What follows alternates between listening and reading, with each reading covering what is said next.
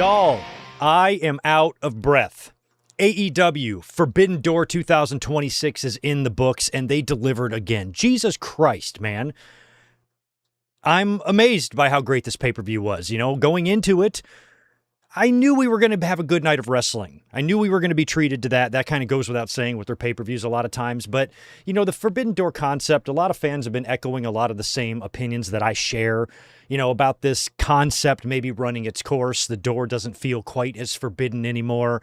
Plus, it kind of gums up the works in terms of your creative heading into All In. And, you know, maybe at least abandon this, you know, or move the show to a different month, or maybe abandon the idea altogether has been the opinion of the majority of the fans. And so imagine that giving us a pay-per-view like this, and this is still a concept that we want to get rid of, you know? They delivered a spectacular show here. I think every single match delivered or over-delivered. I think, you know, the weakest ones were just a couple of tag matches. They weren't even bad matches. They were just, you know, in terms of some of the other matches that we saw, maybe they were the weakest of the 9 matches that we got tonight. 9, by the way, perfecto in my predictions. Every single match I predicted right. And this is not the first Forbidden Door that I've done that on. I don't know why I have a knack for predicting these Forbidden Doors. But, you know, even other matches like Shota Umino and Pac, like, to me, over-delivered. They were a lot of fun. There was only 9 matches on this card, but it ran for nearly 5 hours.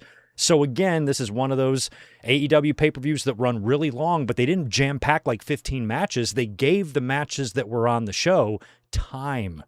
You know, all these matches felt like they went like 20-plus minutes, and they were all, like I said, they were all solid. So in terms of treating us to a night of wrestling and giving us and delivering a good, solid pay-per-view, they more than delivered here. And like I said, some of the matches were quite surprising how good they were in their outcome. And I just have a lot of great things to say about everybody tonight. I think if you look at any sort of downside, I guess just the time, but you got to remember this was a West Coast show. They were in San Jose. I'm in San Diego. It's only 10 p.m. So I don't look out for the bad faith people on social media saying, boy, I can't believe they kept the fans in the arena that long. It's West Coast. We can handle it. But if you are on the East Coast and you were staying up to watch this on a Sunday night, you might got to work tomorrow. It's fucking 1 o'clock in the morning right now. So again, I've suggested this before that I think AEW should bump their pay-per-views back 1 hour. Start them at 7 Eastern, 4 Pacific, just in case you run a 4 or a 5-hour show. You're not keeping people up until the wee hours of the morning. But for this, it's pretty moot because, you know, it's a California show and it's not that late here for the local audience. But for fans around the country or other parts of the world, you know, maybe even a Saturday, doing these shows on Saturday nights might be better for people who might have to work the next day. You know, plus we also had 2 other wrestling shows today, TNA Slammiversary and Great American Bash. And then we followed this up with a 5-hour AEW Forbidden Door.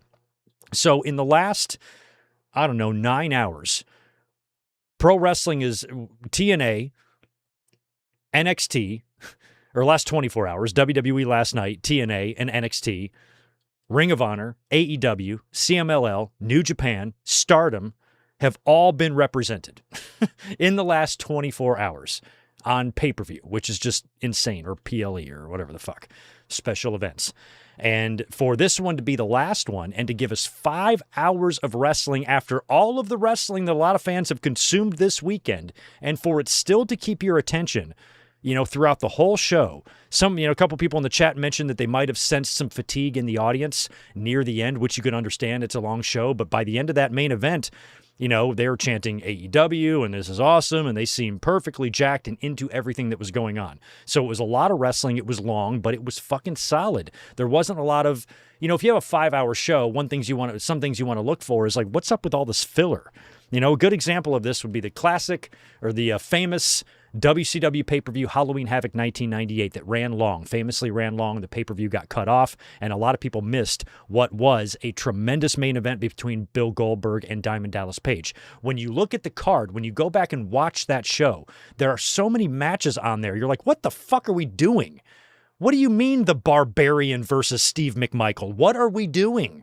I don't know if that was a match, but there was a bunch of matches like that. Maybe it was Ming and Barbarian or something. But there was a whole bunch of just throwaway matches that you could have eliminated 4 of them, and then you would have had perfect amount of time for your main event. That was not the case with this show. There was no matches here. We're like, oh, we could have done without that one. You know, maybe the one we're going to open up here, the Young Bucks match, and maybe the tag team title match, you could argue were the weakest ones, but even the tag title match had a major return.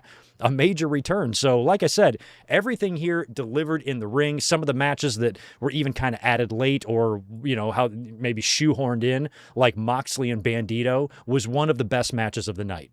You know, and I don't know how people, I don't know what social media's reaction to this is right now or how they're going to compare this to Double or Nothing. A lot of people thought Double or Nothing was one of AEW's best pay-per-views ever.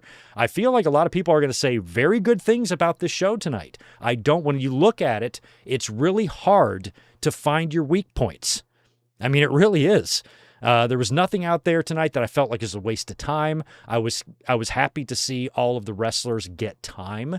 You know, even Pac and Umino, like I said, you know, they were giving these guys 20-plus minutes for every match. And even the girls, both women's matches delivered and then some. I thoroughly enjoyed Tekla versus Starlight Kid. And Mercedes versus Maya World over-delivered as well. It was tremendous. And that main event capped things off. All around, A+ from me. I can't not give it an A+. You know, I thought this pay-per-view was going to be a B. I thought it was going to be a C+ or a B. Great matches in the ring, but really nothing, I don't know, that spectacular. But everybody just worked their asses off. And, you know, yesterday, Night of Champions, Morning of Champions, I thought over-delivered as well. I had very little bad things to say about Night of Champions because going in, I wasn't that enthused, just like I wasn't that enthused about Forbidden Door. But seeing Sammy win yesterday was awesome. And I was happy with who WWE put over in the King and Queen of the Ring. So that was a positive. I don't know how NXT or Slammiversary was today. I know the Hardys won the tag team titles. So you got Cope and Christian and the Hardy Boys, both tag team champions in 2026, which is insane. But, you know, I know we had Kendall Gray, you know, winning the NXT Women's Championship. So if those two shows were decent at the least, then I think we were treated to a pretty goddamn good weekend of pro wrestling here. You know, because even Night of Champions turned out to be a big surprise, a pleasant surprise that has you kind of anxious and excited to see what might happen tomorrow on Raw and going into SummerSlam. And then you look at AEW, where you got a Forbidden Door pay-per-view that's just everybody's just kind of lukewarm to. We know it's going to be good, but nobody's really jumping for joy over this. Or, holy shit, I cannot wait to see what fucking happens. No, this pay-per-view feels like it's in the way a lot creatively for AEW, and a lot of fans have had that complaint, to the point where we're saying things like they should abandon this concept. But it's really hard to deliver that opinion with a straight face when we're getting the shows that we're getting. You know, so like, you know, I don't know if it needs to go now based on what we saw tonight. I thought it was terrific. So overall, top grade for me. And I feel like that opinion should be echoed pretty thoroughly. Obviously, you're going to have your typicals. You're going to, the bad faith ones, the AEW boat oars up their ass. They're going to bitch about the length of the show. You know, lobster's too buttery, steak is too juicy, can't have that, so they're going to complain about that. They're probably going to have a lot to say about the amount of kickouts and near falls and stuff that we had in the main event, but that's what makes those matches good. People have got to stop having this like old school mentality. This type of style of these kickouts and kickouts at ones and spam finishers and all this stuff, you know, that I'm an old head, you know, but the old heads don't like. It ain't going nowhere. Ever. So stop trying to sound smart. You shouldn't kick out that much. Fuck off. People are going to kick out more. So it's not going to stop happening. That style isn't going to go away all of a sudden. So I like these type of matches. I like the way the business is involved into these bonkers ass fucking main events and these great matches. And, you know, everything in the ring tonight was thoroughly enjoyable. So let's break it down a little bit. We're going to start with, after this, we'll go and knock out any super chats that are here and see what else you guys are saying. But we're going to try to knock out this review relatively quickly here because I got some dinner waiting for me. It's 10 o'clock at night, and I've been streaming since 5. And we might be back tomorrow for Raw. I haven't made up my mind on that because I got a lot of preparation happening right now for my Hawaii trip, which I leave on Thursday. So we're going to be absent for about a week here, but I'll fill you guys in on that later and later on this week. But we're going to start with the Young Bucks taking on El Sky Team and Unbound Company.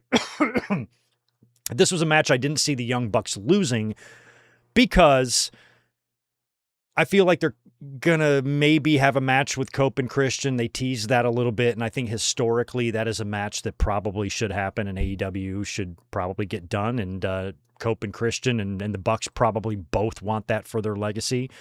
So I think we're going to probably get that in the future. This was a good opener, I thought, because it was, 6 athletes. We had all sorts of, super kicks and suicide dives and all that good stuff. My favorite part of the super kicks were all of the super kicks that Shingo Takagi was eating, a grand total of about 8 of them, some of them 2 at a time, 4 of a time, and the way he was absorbing them all, I really enjoyed. But, watching this match, all the guys basically just got their shit in, and in the end, I do think it was a TK driver for the Bucks that got them the win. But this match was so long ago, feels like it was yesterday. I don't remember too many spots other than that super kick stuff, but it didn't get overly violent. Nobody bled. It was mostly just a good, exciting match to have with a lot of action and a lot of chaos and a lot of moving parts, and a good way to get the fans kind of going on the night. I'm glad that they started with this instead of Kenny versus Zack Sabre Jr. There's a little more mat wrestling going on there. This was a really good opener, a solid opener, and reminded me kind of the opener we got at SummerSlam 1991. I know we're going way back, 35 fucking years or whatever, but there was a great 6-man. It was like Bulldog and Steamboat and, I don't know, maybe Von Erich against a bunch of guys, and it was great. It was just a great opener, great way to start a pay-per-view and to, have the fans ready to rock and roll right off the bat. So good stuff there. Bucks get the win. Then after that is when we got Kenny Omega versus Zack Sabre Jr. Wasn't really too nervous about my prediction here. I felt like this is going to be Kenny all the way. He's been dropping that redemption shit over and over. Plus, we have redemption coming up on July 26th in a little less than a month in Montreal, and most people are expecting Kenny Omega to get a title shot on that show against MJF. So the last thing that was going to happen here is him dropping a match to Zack Sabre Jr., but it was great. I really enjoyed the chopping. Normally, I'm not a humongous fan of chops, but I thought the chops were crisp. They were stiff. They didn't feel like a waste of time or silly. Like, I don't like the Eddie Kingston chops. I love Eddie. I don't like his chops. And these chops were actually pretty good. Somebody brought up, they were kind of like good old Ric Flair 80s chops. Not even 90s chops, 80s chops. Because by the 90s, Ric Flair's chops started turning into a cartoon of itself. But the 80s, he still had those just crisp, stiff chops, and that's the way all of these were. Of course, Kenny was selling the diverticulitis and whatnot, and there was a lot of mat wrestling and, pretzel twisting from Zack Sabre Jr., as you would expect. A lot of knee strikes, and we had great one-winged angel, I think either counter or kick out there. And I think even went for an avalanche one. I forgot what the finish even was. I know it was a one-winged angel. I just can't remember. No, he didn't do an avalanche one, but it was Kenny after, I would say, really being taken to the limit by Zack Sabre Jr. You could tell right off the bat that they were going to allow everybody to have time, because I think this match went, I can probably look it up now, but it felt like it was going 25-ish minutes to me. And I felt like you could, oops, shit, you can hear myself. And that's when you kind of knew that, oh man, they're really going to give everybody some time here. So let's see if there's a time on this match. They have it listed at 26 minutes and 30 seconds. So this is a very long match. The Bucks in the opener went nearly 20. This one went 26. And then they followed it up with a match that, maybe I was like 25% rolling my eyes on, because it was just a match to get Moxley on the pay-per-view, and they did the same thing last month with the O'Reilly match. With O'Reilly having a couple of wins over Moxley, it gave them a reason to put that match on the show, and then Moxley can just beat him in a title defense and get rid of that whole thing. And now Moxley defending the title against Bandito here. And this one, again, it was a match that I thought was just going to be here. I didn't think it was going to be bad. I thought it was going to be good, and I wasn't worried about it not being good. But they really went out of their way, and Moxley went out of his way to really make Bandito look good. This is a Ring of Honor World Heavyweight Champion, don't forget. And I like Roosh too. I like Bandito in the same way I like Roosh. Is they're just tough. They're like tough as shoe leather. They're just tough as fuck, and both guys just feel like they can absorb just a lot of punishment, a lot of strikes to the face. They got jaws of goddamn steel, and I knew this one was going to be good, and it turned out to be way more violent than I thought. It was for the Continental Championship, and Moxley, he does a full-blown rip job on Bandito's mask, tears it right in half, and winds up busting Bandito open on I guess a pile driver on the steel steps on the outside of the ring, kind of busted the top of his head open, so he's got blood streaming down. He's got the mask ripped, so he's got the mask impairing his vision. He's got blood trickling down his eyes, impairing his vision, and he is still surviving every single thing that Jon Moxley is throwing at him. A couple of times, all the story of the whole night here felt like it was near falls. Like there were so many good ones. Not so many that it treaded on the annoying, but they were all good. You guys watched me on the watch along tonight. I was fooled like 6 times. I'm like, oh, that's definitely it. No, it's not it. I'm like Vince McMahon calling wrestling in the 90s. He's got him. Oh, no, he doesn't. That's the way I felt like all fucking night long. I was on the edge of my seat. My interest and my attention was never faded. I never got tired. They just kept you, they just kept a hold of you all night. And this was a match where, even though Moxley's great, Bandito's great, I thought if there was going to be a weak match on the card, maybe it would be this one. But hell no, man. This one delivered and then some, and it was bloody as all hell. And Bandito survives and survives and survives. And finally, it's a technical submission. Moxley had him, he had him in the choke a couple of times. Bandito made it to the ropes, and then finally Moxley is just able to lock it in after Death Riders and paradigm shifts and everything fucking else in the kitchen sink. And finally Bandito is out, and Moxley wins, but just barely, and gives Bandito his due after the match. Moxley really disrespected him there, ripping off the mask and whatnot. But after the match, there was a little show of respect there, and the story was that Bandito earned Moxley's respect, and that was a match that I really wasn't expecting to be super special or one that I was going to remember a lot coming out, and it turned out to be one of my favorite matches on the night. So that one was a lot of fun. After that, it was a IWGP Global Championship match. Shota Umino, who just won this belt a couple of weeks ago from Andrade, he is now defending against Pac. This was another one that I felt was pretty easy to predict, as we talked about in the predictions, that, New Japan's got to win something here. And they weren't really in the position to win or have any other big moments. And this was their only, big one-on-one match, right? Where I think he's the only New Japan. Oh, no. I'm sorry, Zach as well.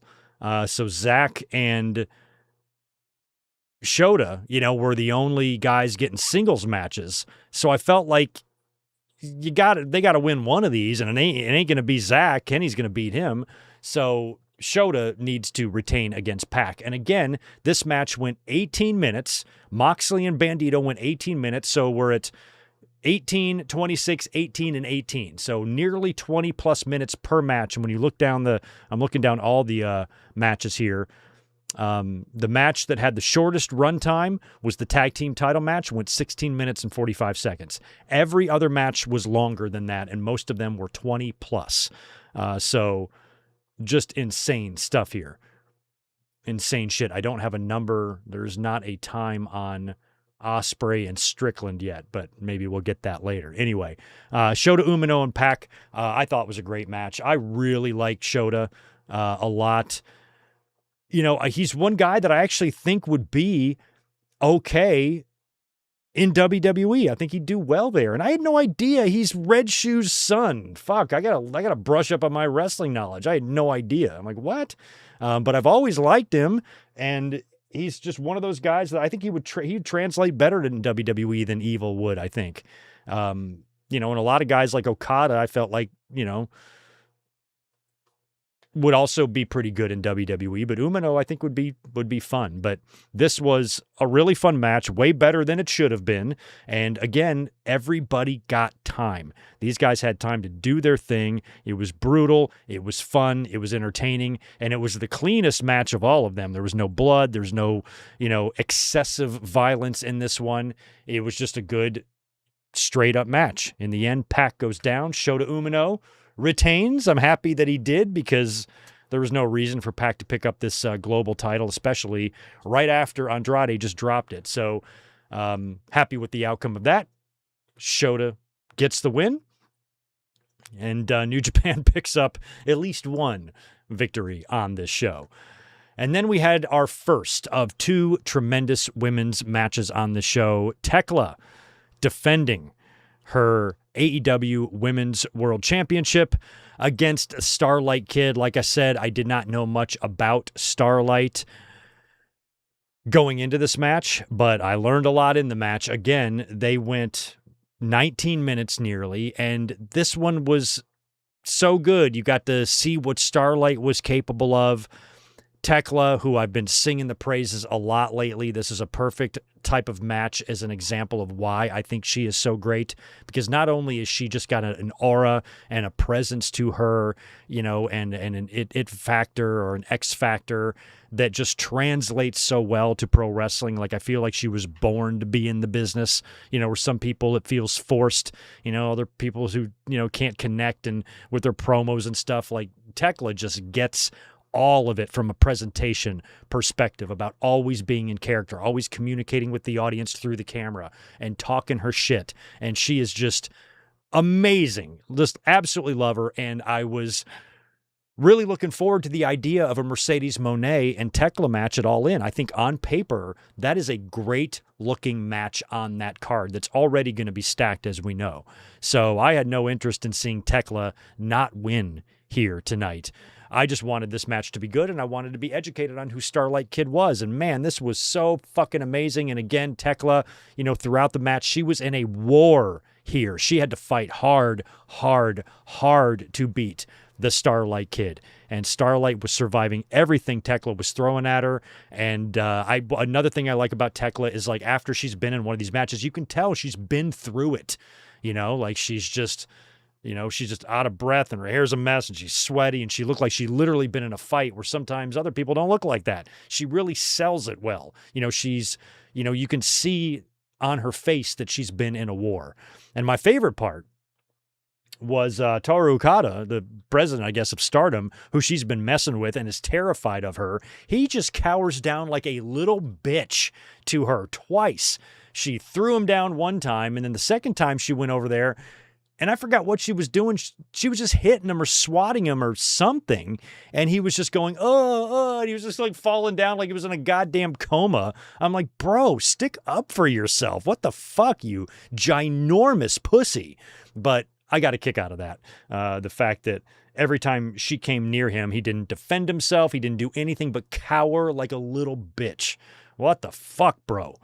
What does your wife think of that? Anyway, Tekla in the end survives and retains the women's championship in a match that, I didn't think would go the other way. I didn't think Tekla was really in any danger here of dropping the title, but much like was the story with all of these matches, it was all about the near falls. And there was a couple of times where, even some people in the chat were saying, oh, they could give the belt to Starlight and then maybe Tekla wins it back at Redemption. I just didn't think Starlight Kid was known well enough to the American audience to put the AEW World title on her. If this would have been for the TBS or maybe a match in the Owen tournament or something, maybe, but I didn't feel like that was the way it should go. I'm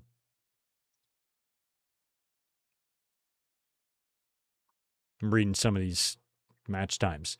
But in the end, Tekla now wins. That was piece one of the puzzle. And like I was talking about all night, I really think Tekla and Mercedes is the match that I personally, as a fan, would prefer to see it all in. So in order to get there, Tekla's got to retain, and Mercedes has to win the Owen, and she would be up after the next match, which was the AEW tag team titles, this was probably the match on the card that I was the least interested in.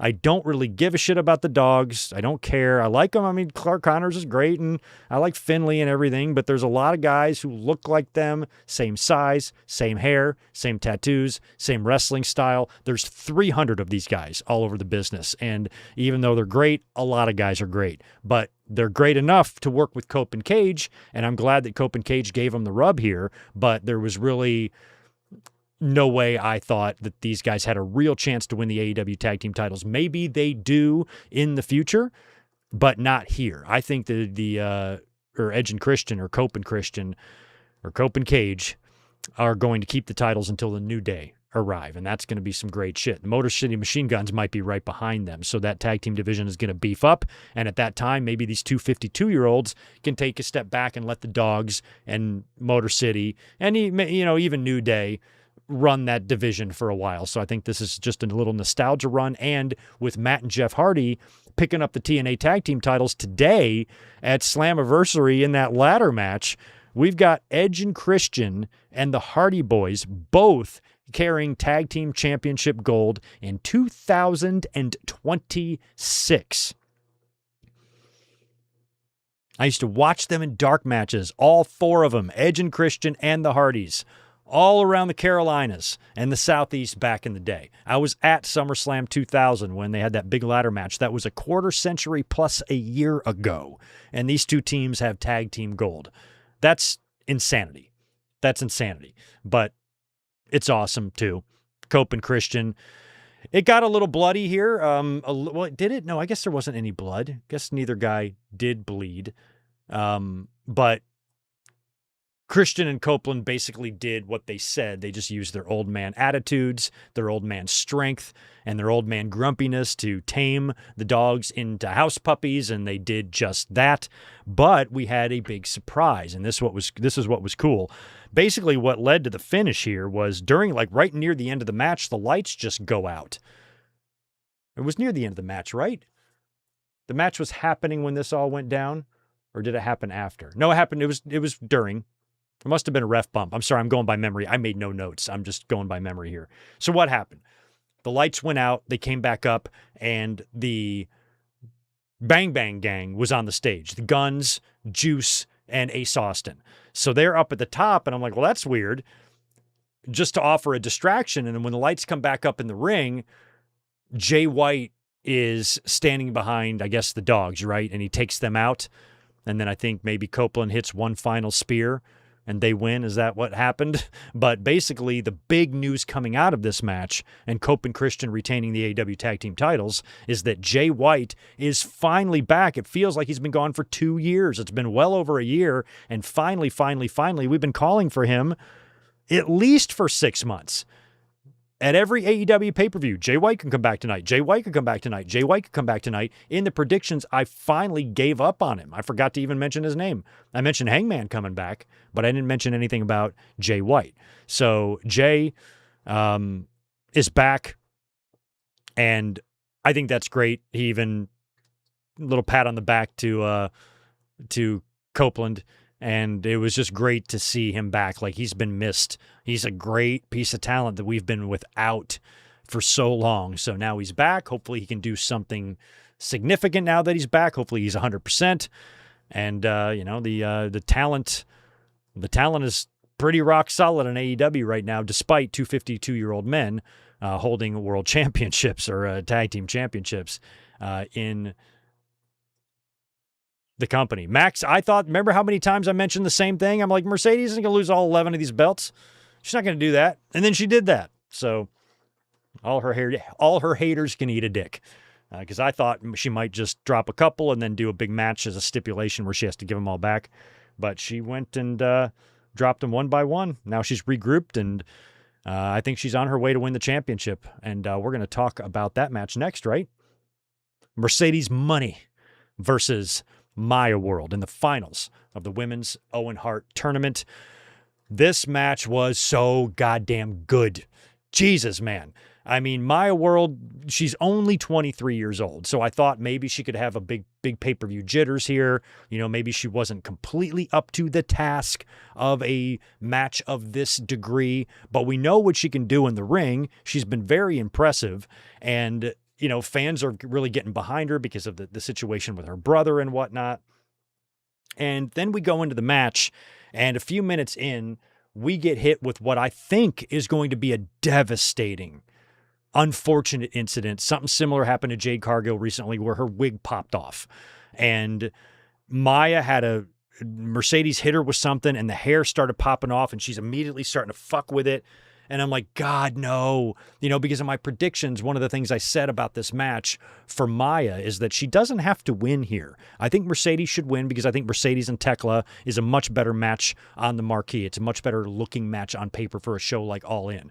Maya World's only 23. She's got her whole fucking career to have these matches. I think Tekla and Mercedes would help sell tickets. I'm not sure about Maya World yet, even though a lot of fans are behind her.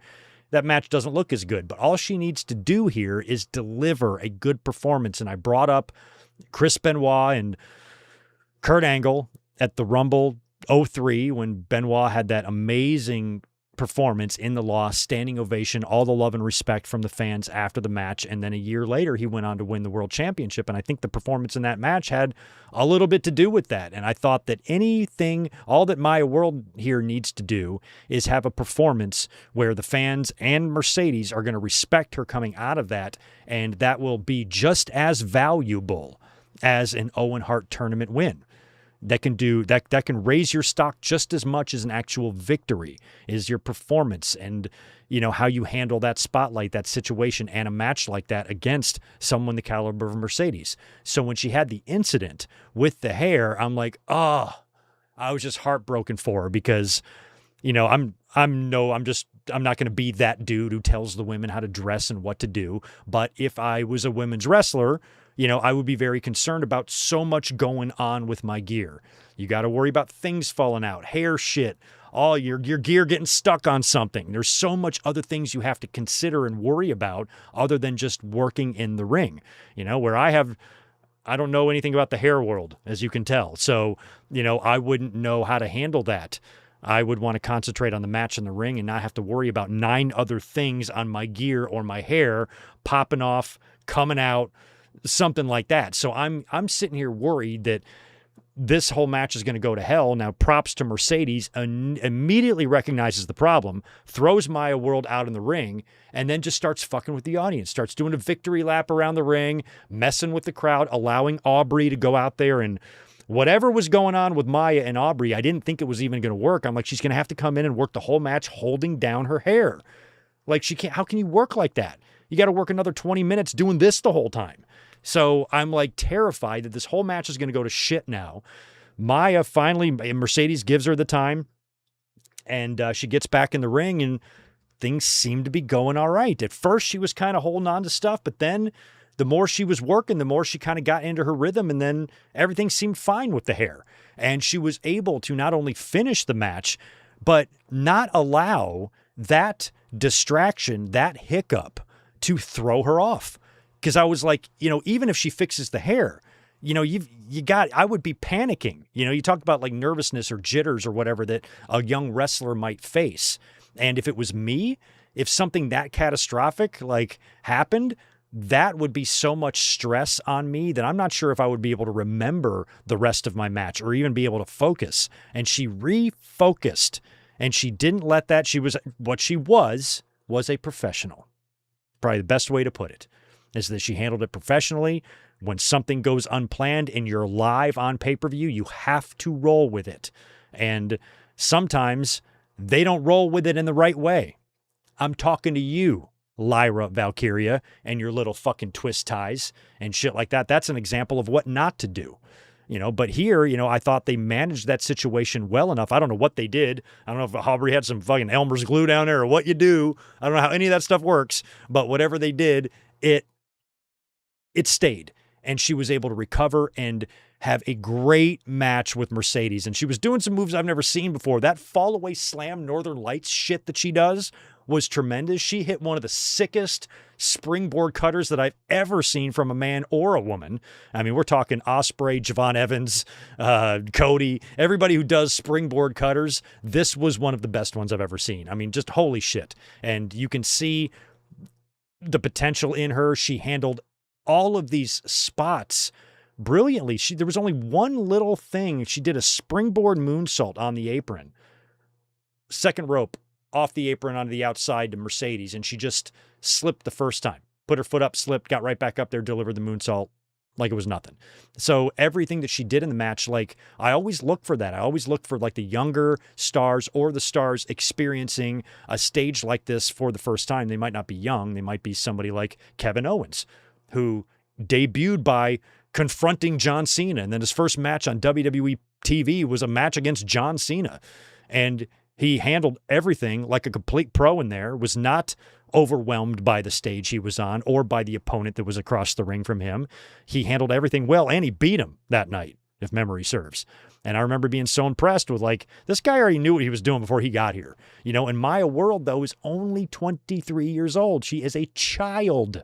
She was 8 years old when we started doing YouTube over here, when this channel began. And so for her to be that seasoned, you know, and to be able to come through, because not only with the hair thing, but she was having other wardrobe stuff going on. It felt like things were coming apart, and all of that distraction, she just completely, you know, tunnel visioned herself to make sure she got through the match and delivered the performance that I was predicting her to have in the predictions. I said, all this girl's got to do is take Mercedes to the limit, and she is going to deliver a good match that's fun and exciting. And in the loss, she's going to have one of those moments from the audience where they're probably going to appreciate her even more than Mercedes Moné, who's going to win. And I think they accomplished that. And the ending sequence was tremendous there with the statement, Maya locking it on Mercedes, and then Mercedes getting to the ropes, reversing it on to Maya, and the way she was inching and fighting, and they allowed her to get like literally 1 millimeter. Her finger was a millimeter away from the rope before Mercedes rolled her back over into the ring where she could go nowhere. And eventually Mercedes just really wrenches back, and she immediately just taps. You know, she had no choice but to tap out, but she survived everything.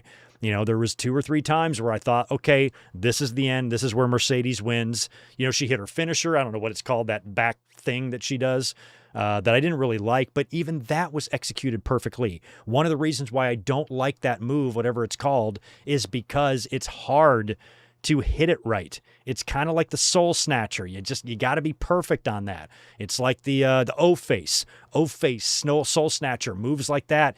You know, I feel like the success rate is low, but Athena always nails hers. And I remember when Mercedes debuted that move in Japan with Kairi Sane and how bad it looked. And even that Maya World took perfectly. You know, she knew exactly what to do. And everything that I was seeing, I'm no wrestling coach, but everything I was seeing, I was like, good for you. Good for you. I like to see that. Perfect timing on that. You know, like your transition here was good. You knew how to take that move. You didn't let the hair thing distract you. You stayed focused. You got all your spots in. You told the story you wanted to tell in the ring, and you didn't have to deviate too much from that plan. This Tito wants to come up. And that, to me, was so impressive. So Maya World has earned a fan out of good mic work. I mean, I already was a fan, but this match kind of solidified it for me that she's going to be a big deal and has a bright future. So really happy with the outcome of that match and the performance of Maya World. Here, Tito, let me give you some more food so you leave me alone. Here, come here. It's actually dinner time for my cat, so that's why he's kind of bugging me. So we'll try to get through these next few matches so I can get out of here and feed this boy. But anyway, Mercedes and Maya World was a tremendous match, and I was so happy that both women's matches really delivered. I mean, in my mind, they over-delivered because, man, like I really thought we were going to be heading towards a catastrophe in the Mercedes and Maya World match, and for that match to turn around and end the way it did right after Tekla and Starlight Kid tore it up, man, they really delivered on the women's end of things tonight. So props to all 4 ladies, because I can't say enough good things about that. After that, it was time for what I thought originally was going to be the main event, but it turned out to be Swerve and Ospreay as the main event. Team MJF against Team Briscoe in the 12-man cage match. Now, when the Forbidden Door buy-in started today, they revealed that this cage is actually a circular cage. It's a perfect circle, so it's basically a Hell in the Cell cage that's a circle with no roof and a little bit shorter. And it encompasses the entire outside of the ring, which is good, because one of the things I talked about in the predictions was how cramped it's going to be in that cage match. If it's a standard cage match and you got 12 people in there, there's not a lot of room to play. So you had to do something. You had to extend the playing field, so to speak, which is what they did. And it allowed all 12 guys to get outside the ring, take spots, do bumps, powder out if they had to, and whatnot. So everybody makes their entrance. Once they lower the cage, I think Justin Roberts called it Death's Door. Like, they might have a name for this circular cage thing. It might be called Death's Door. I don't know. We might be having some Death's Door matches. We will see. Juliet says Kendall Gray and Lola Vice was a tremendous match as well. Hell yeah. And Athena cutting that promo after makes you think that Maya is ending Athena's title run. That would be a perfect thing for Maya to do. Billy Starks couldn't get it done. I think Maya World could, especially with that performance against Mercedes Moné. Good point. But anyway, we got this Death's Door crazy 12-man cage match here. Team MJF comes out with their matching shirts, including Andrade, who's got one on, and the conglomeration then comes out. And Roderick Strong is carrying with him this gigantic duffel bag, like this hockey bag or something, and he's carrying it. And you would assume like weapons are in there and whatnot. And I'm like, okay, that's kind of cool.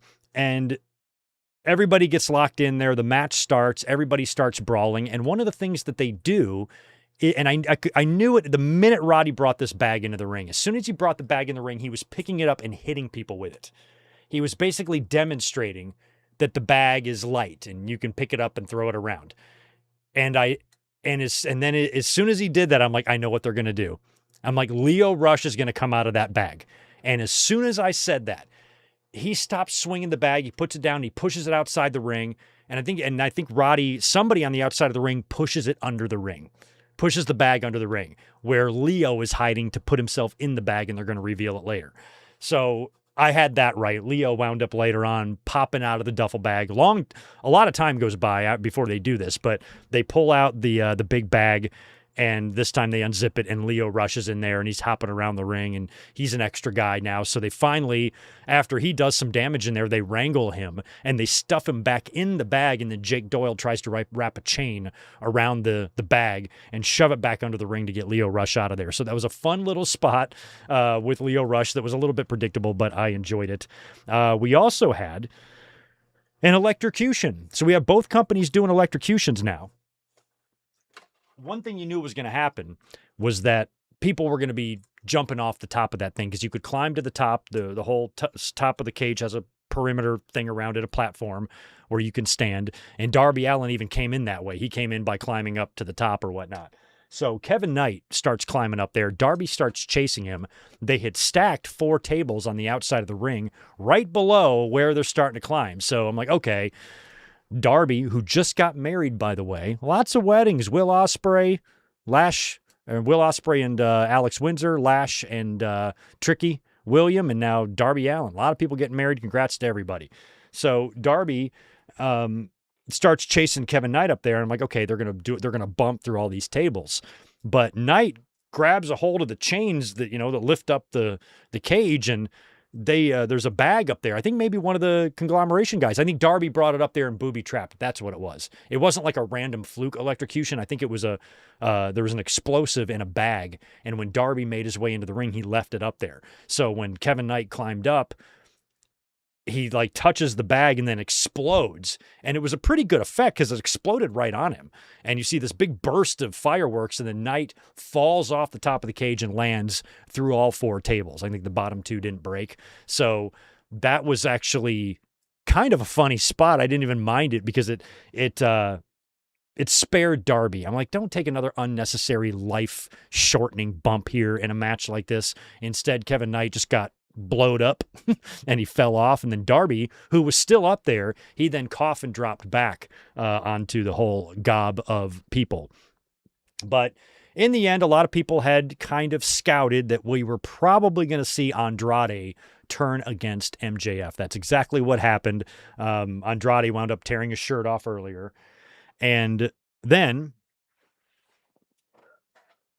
they go to redo the spot from Wednesday, where I think it's Jake Doyle has Briscoe, who's bloodied up, and Max has got the Dynamite diamond ring, and he goes, no, I want Andrade to hold him. You hold him. So he insists that Andrade holds Briscoe.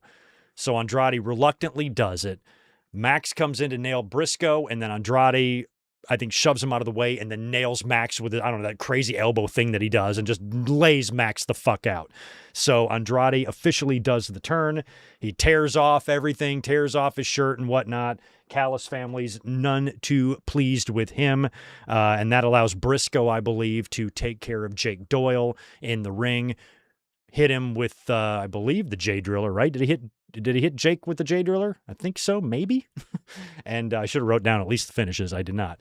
And got the win for Team Briscoe, which earns Mark Briscoe a shot now. So against MJF. So right after the match, he cuts a promo with Renee and he demands or challenges Max to a title shot this Wednesday. It's going to be right here in San Diego, right down the road for me. Unfortunately, I'm leaving for Hawaii the next day, so I'm not going to be going to the show. But Max, I still think, has to answer the challenge, but it sounds like they might be doing it here. But I thought they were going to be doing it at Beach Break, which is coming up. And Max now looks like he has 3 title shots in front of him, title matches in front of him before he even gets to Forbidden Door. Because he's got to face Briscoe either this week on Dynamite or maybe the next week. Then you've got Redemption. And the belief is that Kenny Omega is going to get that title shot at Redemption. Then you have Grand Slam Mexico. And that, I think, is early August. All In's on the 30th. I think Grand Slam Mexico is like the 5th or something. So probably the Wednesday after SummerSlam. That's when I think it is. I think. You can check my math on that. So that's going to mean a title match against Briscoe, a title match against Kenny Omega, and a title match against Andrade, because tonight when Andrade turned on MJF, he did the motion with the belt. So at first I was thinking, well, Andrade could cost MJF the match against Kenny, and then you could do Will and Kenny at All In, and then you could still do Max and Andrade at Grand Slam, but that wouldn't make sense because Andrade wants the belt, so why would he screw MJF out of it? So I think MJF is going to have 3 big title matches before All In, which is a lot, but they're all done in just a matter of like 3-ish weeks or so, and it still gives you the majority of August to build for the Ospreay match. So even if MJF does have all 3 of these title matches like it looks like he's going to, Briscoe first, then Kenny, then Andrade, and assuming he survives all of these, that gives him nearly a month still to build that issue with Ospreay at All In, or to build for that match, and to get the in-ring promos, the contract signings, all that shit you're going to normally do. You still have time to do that, even with MJF, defending, getting 3 title defenses under his belt here. I don't really like the idea of Kenny Omega beating him at Redemption. I would love Kenny to win the AEW title again, and Kenny Omega and Ospreay is certainly a Wembley Stadium level caliber match. But I don't think you need to do it. I don't think you need to switch the title to Kenny, unless they want Ospreay kind of doing this as a heel, and the Death Riders, kind of healing on Kenny. I don't know how all that's going to work, unless they do a Stone Cold turning heel at WrestleMania 17 situation with Ospreay in London. But I can't see them doing that. So I think MJF is the better match. I think that's what you do. But I still think everything with the Death Riders, that tie in there, that's probably going to lead to Moxley challenging Ospreay after he wins the title. So lots to think about, but I think you got to do MJF and Ospreay at All In. That's the match I would prefer to see.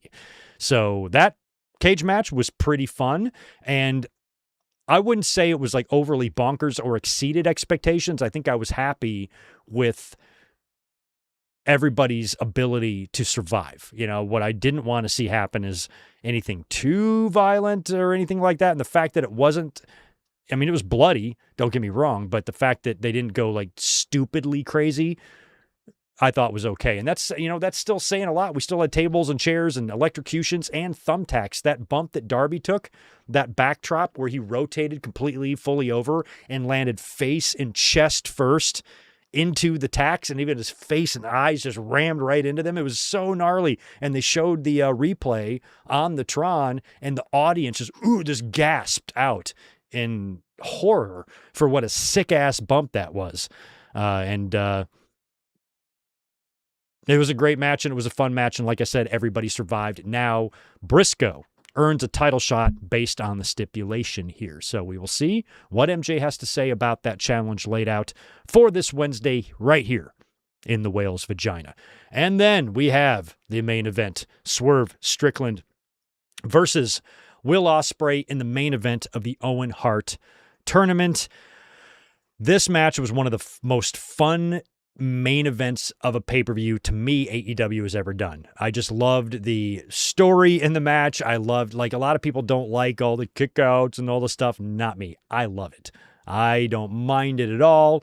These matches, you can see the difference in styles between the two companies, and I think that's a good thing. Night of Champions was a very good pay-per-view yesterday. So was this, but they were different in completely different ways. And being able to see matches like this that can go these distances where the wrestlers aren't so focused on wrestling safe. You don't have these soft-ass, baby-ass super kicks from Jey Uso. These are hard, stiff, hard-hitting, bloody matches.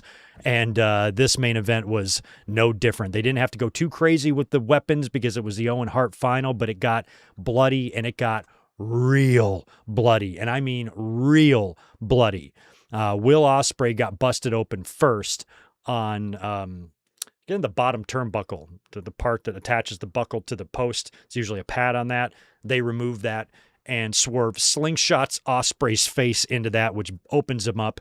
And I remember saying, I'm like, he's bleeding a lot. You can see the gaff on his forehead, and his blood is just trickling all in his eyes and whatnot. And I thought that was bad enough.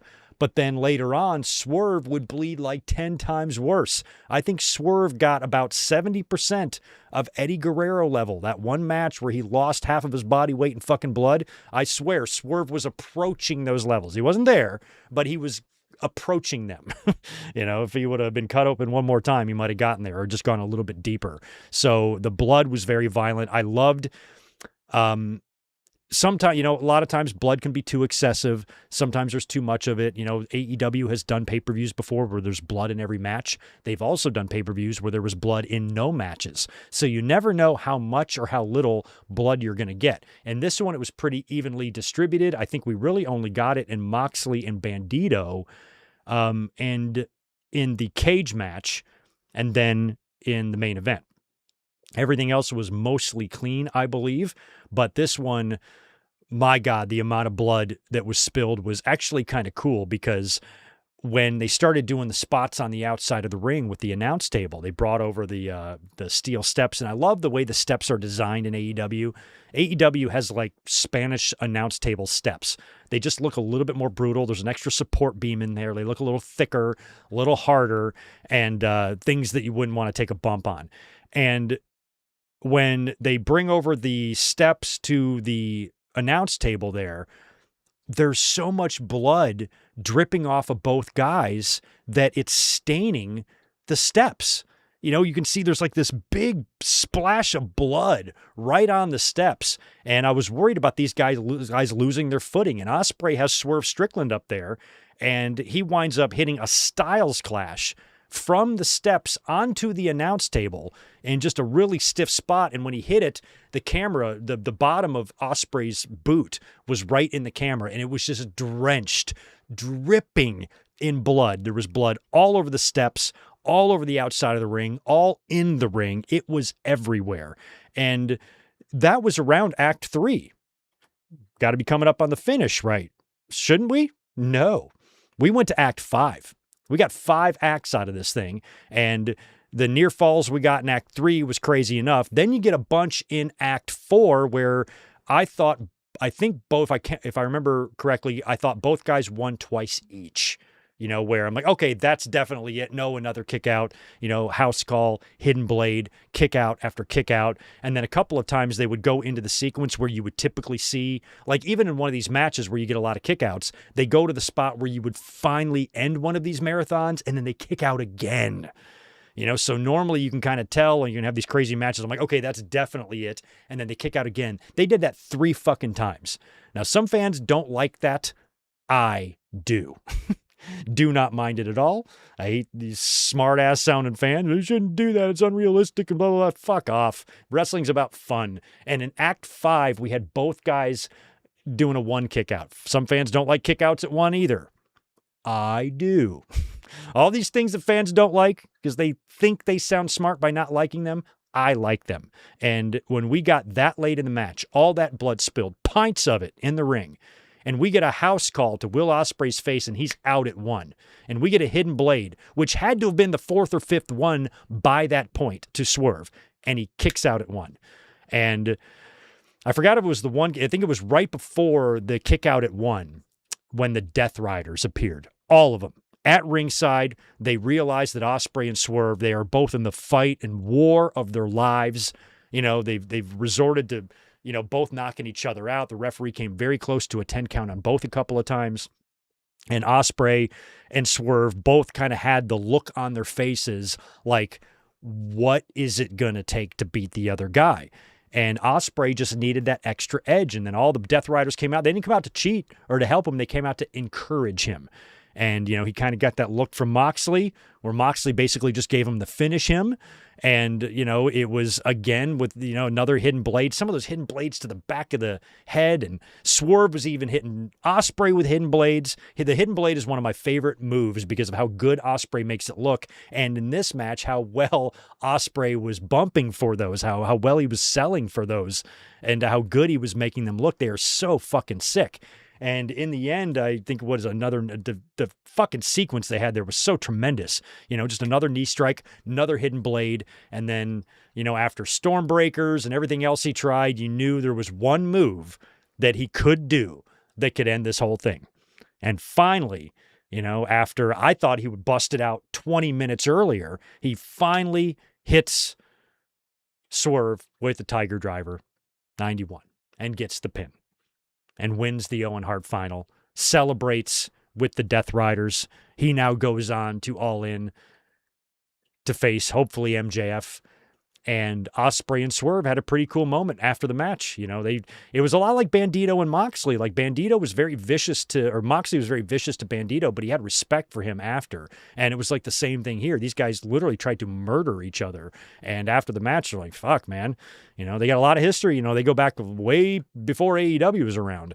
And for them to have this match in the finals of the Owen Hart, they've had a couple of great main events. They wrestled it all in for the title a couple of years ago. These guys know how to work together. They know each other very well. Their matches are always good, and we knew this one was going to be no different.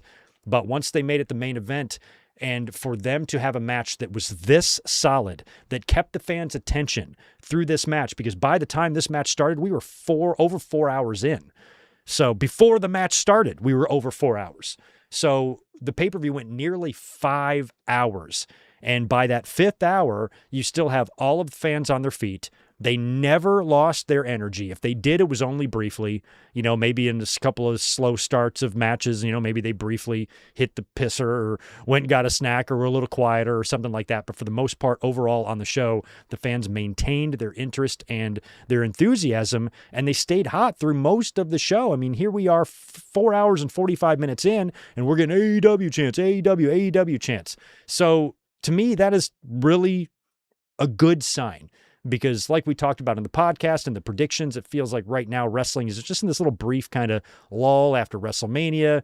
Nothing really that exciting. Nobody was really even looking forward to Night of Champions or Forbidden Door. And both of these shows, I think, over-delivered, especially Forbidden Door here tonight. I enjoyed this. And that's the thing that's crazy about AEW. It's not like I was thinking it was going to be a bad show and then it surprised me with a good show. I knew it was going to be a good show. And they gave me a great one. That's how they surprised me by making it better than I already knew it was going to be. Where WWE, I didn't think Night of Champions was going to be bad, but I was very nervous about some of the booking decisions they were going to make. And they made all the right ones in my estimation. Oba going over and Io beating Liv Morgan and Sammy surprising everybody, winning the championship. That made the pay-per-view good for me. That made it worth watching, where I wasn't really that enthused about it going in. And here, AEW turns around and does the exact same thing and gives us a wild show on a weekend that had 4 shows on it, 4 pay-per-views. WWE's going to double up on something. They're going to run a show on the day of All In, too. I think it's going to be a AAA and NXT show or something like that. So they attempted to kind of counter-program them here, but I think it's safe to say that Forbidden Door, even though Night of Champions was good, Forbidden Door was the best show of the weekend. For me, anyway. Everybody can have their opinion. For me, this was the best show of the weekend. So I think as wrestling fans, if you watched everything, you were treated pretty nicely. You ate well. We ate well this weekend. And this was an excellent way to close out a great weekend of wrestling and a phenomenal main event. One of my favorite pay-per-view main events ever is this one, or from AEW anyway. And they just continue to never disappoint on pay-per-view. I think the worst pay-per-view I've ever watched, I can't even tell you what it was now. I think the worst grade I ever gave a pay-per-view was a C+ or a B- or something, and it wasn't even necessarily bad. It just maybe didn't live up to AEW standards. And this is kind of an off show. Maybe this is one of their off ones. They're allowed to have that because they deliver so often on pay-per-view, and I pay for every one of these, and I got every fucking penny out of my $40 tonight. That is for sure. So another good outing by the folks in Elite Land. And that's about the end of my notes. But I will cruise to the chat. I don't think there are any more super chats. No, I don't see any. And it is now 11 p.m. here on the West Coast. So if you are on the East Coast, it's 2 o'clock in the morning. And not even a huge audience in the chat anymore. We'll probably get a lot of views tomorrow, though, on this. If you don't mind, do me a favor and hit that thumbs up button on your way out the door. I should give you some thoughts on Raw tomorrow. I'm gearing up for my vacation, and I got a lot going on. But tomorrow we could see some interesting things on Raw. I think it's possible Sami Zayn and Roman Reigns are in the ring together with their respective championship belts, and maybe even Oba, and maybe even Brock makes an appearance. So we might see some big things tomorrow on Raw, special start time, because right after Raw, they are going to tape SmackDown right after that, so the talent can have off for 4th of July, which they have earned after that brutal European tour that they were on. So keep a lookout on the channel tomorrow. I'll be giving you something, and then I leave on Thursday. I'll be gone from the 2nd to the 10th, but while I'm in Hawaii, I'll record some YouTube shorts. If anything crazy happens in the world of wrestling news, I will comment on it, and I will make sure that you still hear from me. In the meantime, make sure you subscribe here. Follow me on all of the social medias. The links are down in the description, and like this video, if you don't mind. Like, subscribe, comment down below, all that good stuff. Thank you to everyone who has spent now exactly 6 hours. We have just reached the 6-hour mark precisely of this stream. Crazy, crazy. What a night. That was fun. Y'all have a good one. I should be catching you tomorrow. If I don't, for any reason, this will be the final stream for a couple of weeks. So, but make sure, like I said, stay subscribed. I'll put up posts in the community tab and update on when I'm coming back and what videos we're doing and all that good stuff. So I want to thank you again for hanging out tonight. Enjoy the rest of your Sunday. I know it's super late, and I will be catching y'all real soon. Thanks for hanging out. Peace.